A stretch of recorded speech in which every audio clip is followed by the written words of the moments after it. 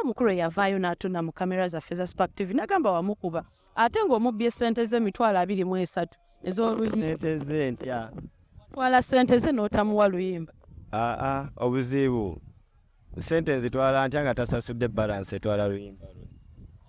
Katono nnyo for starters, omukulu oyo omumanyiye. Omukulu buli omukya nkoze interview nga musanvu. Naye nga gwe bali mu kumbera 100%. Esitegeere. Naye omulenzi yajja ku studio ne bajja abalenzi aba simanyi bwe yajja ne munne ng'ajja mu mawulire.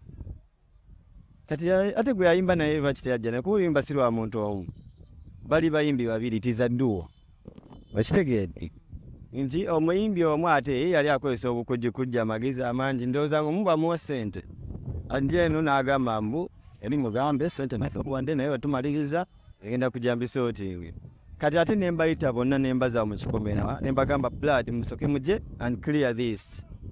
Kino ekintu kiveewo lumu. Ekitegeedde gwe lwaki ogamba nti ono yakuwa ssente ate nga tannaba kuzikuwaako. Oba lwaki ogamba nti wampa ssente ng'ono takimanyiiko. Ekitegeedde when I try to create that situation ne batandika ate bo okuteekamu embeera y'okuba nga kola ki boogera biki n'okuteekayo empaka. Abalenzi bano ababeera nange ku studio ne bagamba kati mufulume ekikomera. Ne bamufulumya omuvubuka ekikomera naye nga bwe boogera ebigambo bingi.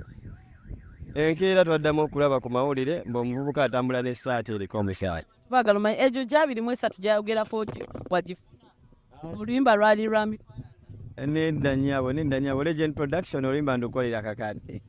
Abaana baba baagala kubisanga embeera eno bagiyisiza eno mummwe okuba nga basobola n'otwala ennyimba lwampaka. Wabaayo baagala ndowooza bategewo n'embe ye kyeyasinga n'okulaga nti ayagala nnyo okukola nange. Kati nebuuza omuntu ayagala nnyo okukola nange aba atya ng'ateekawo embeera okuba nga akyankalana nange.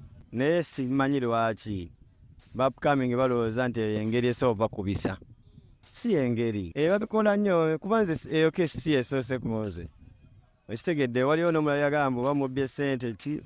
Ekitegedde naye n'agendera mu mawulire naye nga at the end of it all nga tewali kintu kyonna ate nga naye kennyini abamumadde amagezi tebimuyambye. Ayibe endongo kuba naffe tugifase ffe tumulinze.